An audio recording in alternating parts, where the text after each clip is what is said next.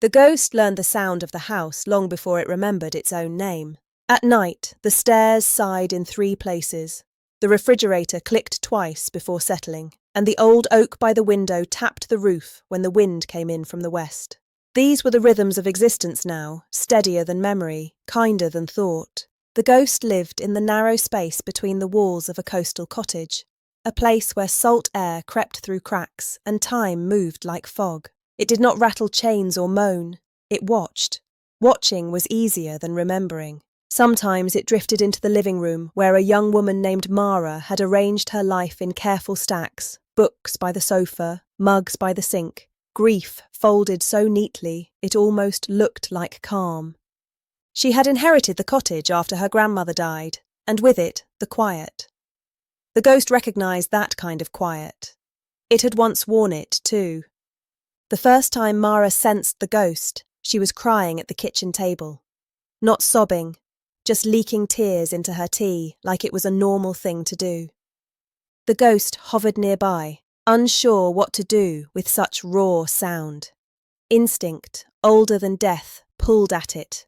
The room warmed slightly. The tea stopped trembling. Mara looked up. "Hello?" she asked the empty air, voice thin but steady. The ghost tried to answer. It couldn't form words, but it could shift the light, just a little. The window brightened, then dimmed. A breath passed through the room that smelled faintly of lavender and dust. Mara didn't scream. She laughed once, softly, like someone surprised by their own courage. "Well," she said, wiping her face, "that figures." After that, they learned each other. Mara spoke aloud while cooking or folding laundry, telling the ghost about her days, her worries, the way the sea felt too big lately.